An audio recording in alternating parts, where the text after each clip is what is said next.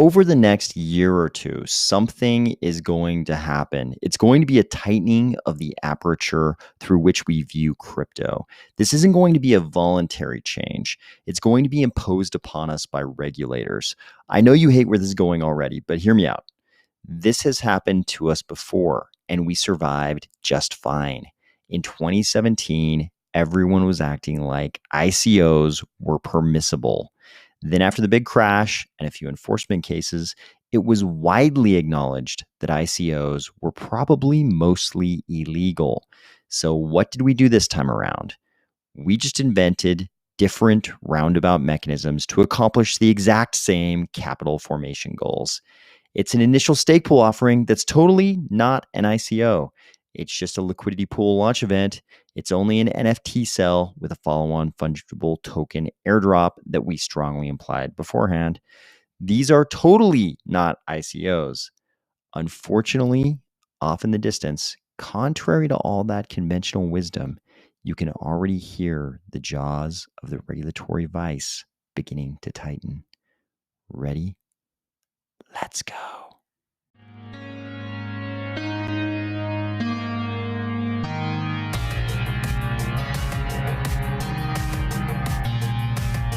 Today, we're going to discuss a U.S. Senator's request to the SEC, some telling comments from Commissioner Hester Peirce, Texas regulators apparently investigating FTX and Sam Bankman-Fried, a new investment in Book.io, transaction sequencing in Cardano, a small exploit of Raystake, and an interesting article on whale DEX behavior. If you looked at this image and couldn't tell if it was a very weird cigar cutter or some kind of sadomasochistic torture device, or if you're finding value in these videos each weekday, please consider delegating to the army of spies stake pool, ticker AOS. I really wish government regulators weren't so predictable in this one regard. In crypto, they always let us go crazy during the bull market. They let us go completely insane during the bull market.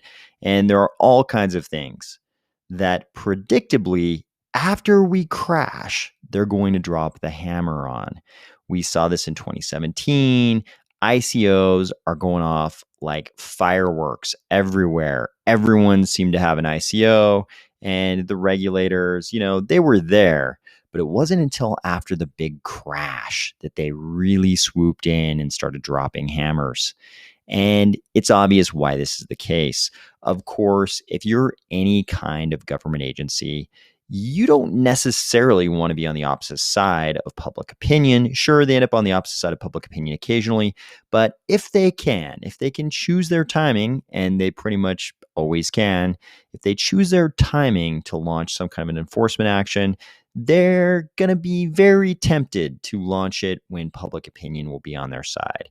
And that is often right after a big crash. So that's what we see in crypto. After the big crash comes, then all of a sudden we see all the regulation and enforcement. This time around, we've got the US elections coming up next month. And you could argue that all of the regulatory enforcement we're going to see might come after those elections. It might come next year, because if you don't want to be on the opposite side of public opinion, and I think a lot of the younger demographics, a lot of the younger people, their opinion is going to be a little bit more aligned with the free use of crypto than it is with heavy SEC enforcement of crypto. So it wouldn't surprise me at all if we see all of the regulation after the election. Since the elections are in November, in North America, in the US, there are pretty heavy holiday seasons in between November and the end of the year. So likely we actually see all the enforcement next year. But we're already seeing the jaws of the regulatory vice starting to move a little bit. It's already loosening up, starting to tighten down a little bit. Here we see a U.S. Senator sending a letter to the SEC. A U.S. Senator has called on the Securities and Exchange Commission to issue crypto regulations now through a transparent notice and comment regulatory process. So you could read this a couple of different ways. I choose to read this very optimistically. He stressed that some digital assets are securities, others may be commodities, and others may be subject to a completely different regulatory regime. So this letter was from U.S. Senator John Hickenlooper from Colorado. I wonder what crypto billionaire who does a lot of crypto lobbying also is from Colorado. So Senator Hickenlooper of Colorado sent a letter to our buddy Gary Gensler regarding crypto regulations. He said, clear rules promote an environment where investors are protected. I agree with this. He said, I write to urge the SEC to issue regulations for digital asset securities through a transparent notice and comment regulatory process. So when you first see this, you might think to yourself, okay, this is great. We definitely want clarity and regulation, but not from the SEC. The SEC is completely the wrong agency. We want the CFTC. They are by far the preferred regulator out of the two on the crypto side of all this. But on the other hand, maybe Senator Hickenlooper and his staff are just being realists. They know there's virtually no chance that none of the crypto world will end up under the SEC. Definitely some things will be deemed to be securities. It looks like there's going to be a divide between crypto assets that are pushed into the world of commodities and the CFTC, our preferred regulator, and those that are pushed in the world of securities and the SEC. So maybe he's just being a realist here and saying, hey, some of the crypto world is going to end up under the SEC. We might as well push for the best rulemaking system we can. And it looks like that's exactly what he's doing here. He's asking for a transparent notice and comment regulatory process. What we've had so far is sort of this regulatory process that definitely amounts to regulation by enforcement. So we haven't had this process where the SEC comes out and says, hey guys, we're going to figure out how to regulate crypto. We're going to give you notice right now that we're going to open up our mailbox here for comments. Why doesn't the whole crypto space comment on this proposed rulemaking? Give us your comments. We'll take those into account and let's come up with some kind of a regulatory process for crypto that the entire industry and the public at large have had a chance to look over, consider, and comment on.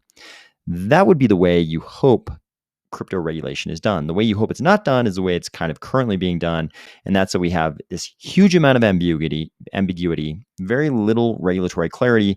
And then the SEC just kind of cherry picks the cases where they want to enforce. And the rules kind of end up getting dictated by whatever is required for their enforcement action in that particular case. And then that sort of sets the rule for all of crypto to follow because there is no regulatory clarity other than what we see in the enforcement actions. So that's what we don't want.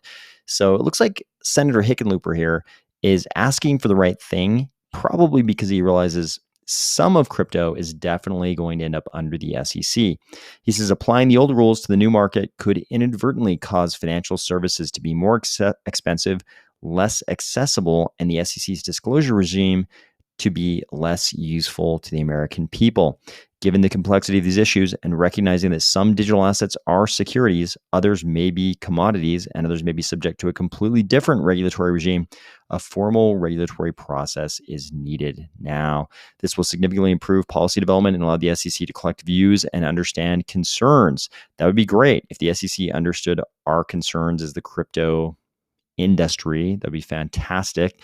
He said, I recognize these issues are complicated, but it is time for the SEC to engage. I think that's exactly right. The SEC needs to engage with the crypto industry, not just drop these enforcement actions from on high without the subjects of those actions even understanding why they're the subjects of those actions. Is Gary Gensler going to do anything in response to that letter? I'm guessing he's not going to do anything at all until after the elections, which means probably next year. But even when they do get ready to do something, there are definitely some disturbing points of consensus in the SEC, even among are allies within the SEC. Not really disturbing, but probably will be disturbing to some who don't realize that regulators may be thinking of NFTs in this way. Here we have an article in the Financial Times. So this is mainstream media. This is not just crypto media. SEC must clarify which NFTs will be regulated, says commissioner. So this is another call for regulatory clarity. This one is coming from within the SEC from Commissioner Hester Peirce. She is quite often found to be on the crypto side of things. So this article says, the U.S. stock market regulators senior Republican member, that's a reference to Hester Peirce, said some NFTs could be regulated like stocks or bonds. I believe there are definitely some people in the NFT space who have no idea this is coming. She called for the SEC to publish more information on the market, which includes, and I love the way the Financial Times has characterized this, the Bored Ape caricatures. The Bored Ape caricatures. NFTs that include, and here's the crux of this whole article right here. NFTs that include governance rights or offer investors rights to revenue streams could be captured by U.S. securities laws, Peirce said. Tokens that are split and then sold off could also fall into this category. So it's important to pick up these 3 points. She's saying, hey, if the NFT grants governance rights, that could be captured by U.S. securities laws. Or if the NFT offers investors rights to revenue streams, that could be captured by U.S. securities laws. NFTs that are split and then sold off, if you split up an NFT, if you basically tokenize an NFT and then sell it off, that could also be captured by U.S. securities laws. I think in general, in the crypto world, we think, hey, giving governance rights to token holders is a good thing. That's a hallmark of decentralization. In fact, the SEC is saying, nope, that's a hallmark of a security. That sounds a lot like owning stock where you can vote on corporate matters. That sounds like a security to us. So even though you guys think it increases decentralization, SEC doesn't care. They think that's a hallmark of a security. If it gives you rights to revenue streams, again, in crypto, we think that's an indices of decentralization. SEC says, nope, that is an indicator that you're dealing with a security there. And of course, the tokenization of an NFT, if you take an NFT and split it into a bunch of pieces and sell off each of the pieces, this happens probably in every blockchain and recently in Cardano for sure, then that means it could be a security. The article says, as retail investors have rushed to buy digital creations by artists and other enthusiasts, NFTs are one particular area where we could provide some guidelines, Hester Peirce said. What would be the harm in us going out with something like that? And then they point out that Peirce is one of the 5 SEC members and probably the one who has butted heads with SEC Chair Gary Gensler the most. So think about this. This is the person who seems to find themselves, at least on the crypto issue, most often on the opposite side from Gary Gensler. And even she is saying that your NFTs could be a security if one of these things is true. The article also reminds us that, as we've covered on this channel, Yuga Labs, the creators of the Bored Ape Yacht Club, are reportedly being probed by the SEC. And the article points out that calls for more regulation have coincided with a slump in the NFT market where trading volumes have tumbled. The average price of the Bored Ape Yacht Club NFTs have fallen nearly 20% in the last 30 days. This is in keeping with that theme we were discussing earlier. It's always after a crash that they want to come in and regulate, because it's most convenient to find public opinion support in that environment. Prepare for more creaky sounds of the regulatory vice tightening. And it turns out even the fabulously crypto rich are not immune from hearing that sound. This is a filing in the Chapter 11 case of Voyager, and it's a filing from the Texas State Securities Board. What could they be interested in here? So we come to the filing. It's from the Director of Enforcement of the Texas State Securities Board, and he wants to talk about how he's familiar with FTX. He starts talking about the various FTX products being offered. And he says these products appear similar to the yield-bearing depository accounts offered by Voyager. And the enforcement division is now investigating FTX Trading, FTX US, and their principals, including Sam Bankman-Fried. So FTX made a lot of noise over the last year. They had some really big celebrity commercials on TV. They had a lot going on. Everybody was talking about Sam Bankman-Fried and FTX. Now, even FTX and SBF find themselves in the crosshairs of not even federal regulators in this case, but Texas state regulators. And we know about it because of this filing in bankruptcy court. The coverage of this filing from Barron's reminds us of why FTX and Sam Bankman-Fried are connected to the Voyager bankruptcy. They say in September, FTX won a bid to buy Voyager's assets out of bankruptcy in a deal valued at $1.4 billion. You probably remember at the time, FTX was kind of heralded as something of a savior for coming to the rescue of Voyager, and there was talk of various other firms at the time.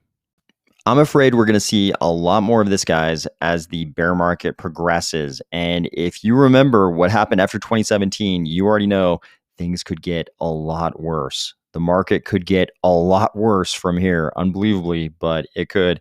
And the regulators will just get more intense with everything. They'll sink those hooks deeper and deeper the deeper we go into the bear market.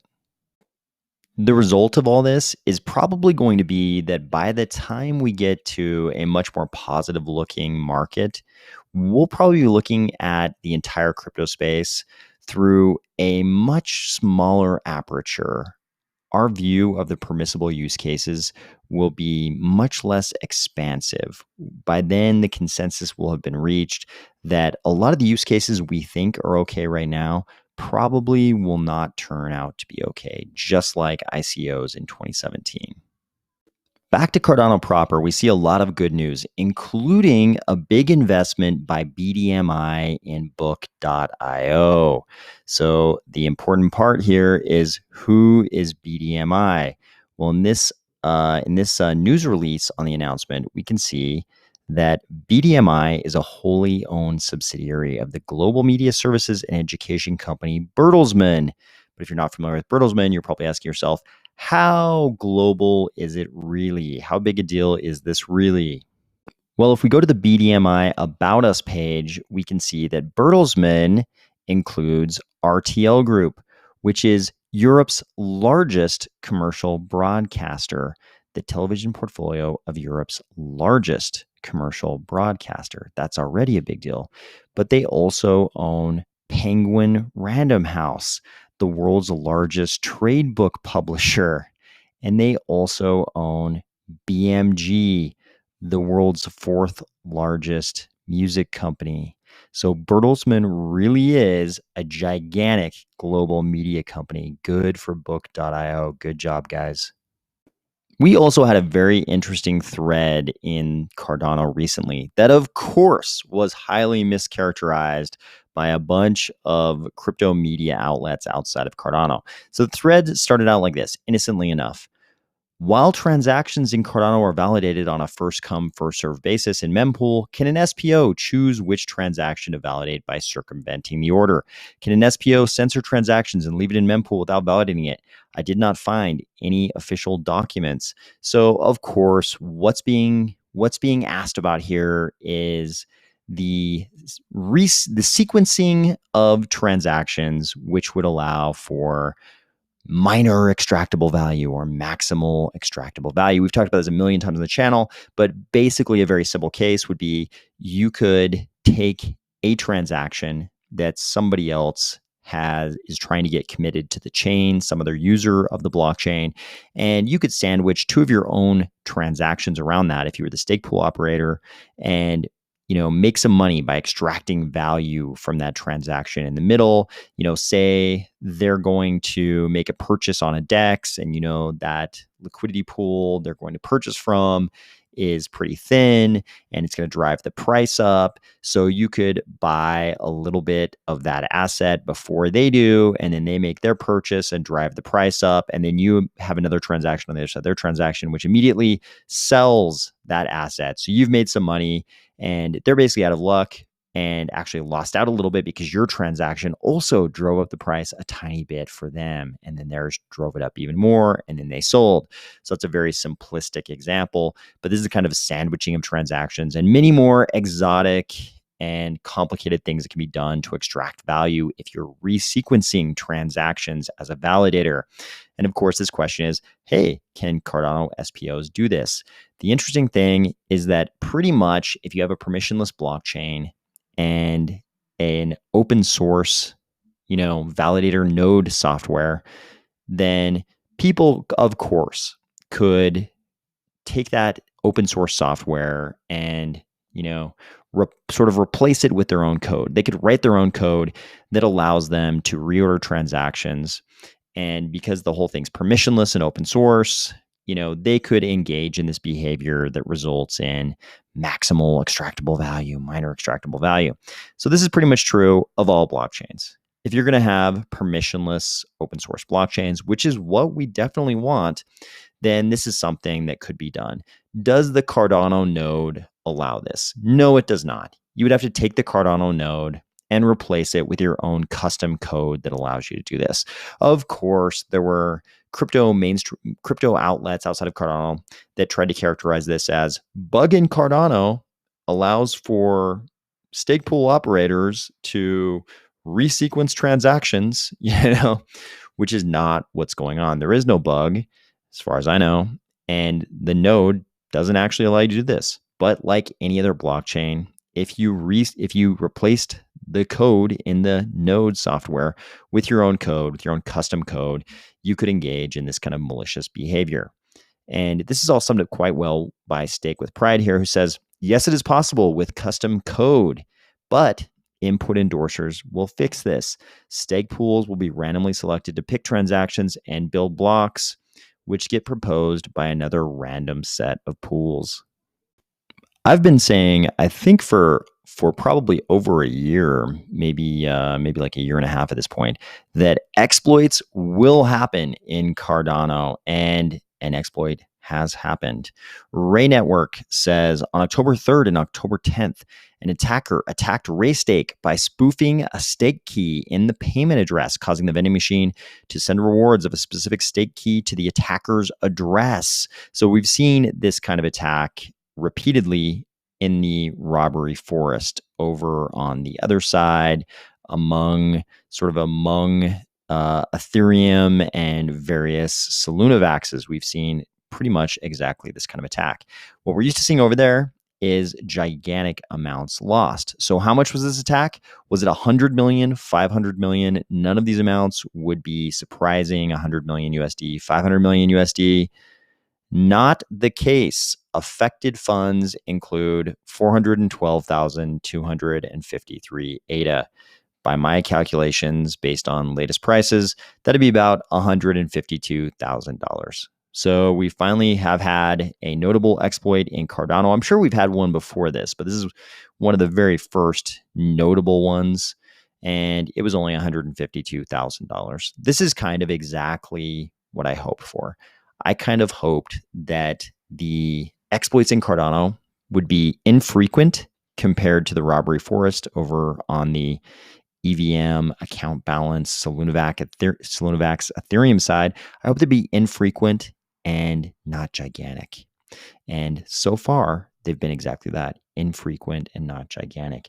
152,000, I'm not going to scoff at that amount of US dollars. That's a large amount of money for the vast majority of people in the US or elsewhere, but that's pretty small in the grand scheme of things when we're seeing 100 million, 500 million, these crazy amounts of money lost over on the other side. Finally, if you've been involved in crypto DeFi for any amount of time, you've probably heard a lot of people talking about the impact of whales on DeFi. If you've ever wondered about this, this is the article for you from Spectrum Finance. So they analyzed whale activity in, I believe, 2 liquidity pools. Yeah, USDC ETH and WBTC ETH between January and August of this year on Uniswap. And here's what they found. And the results probably aren't surprising. But what they found is that whales might only make up a very small amount of the actual users. So if you take all the users who've done any kind of swaps, whales are only about 4%. And they make up about 29% of the actual swap volume. So, disproportionate amount of the swaps, but not gigantic.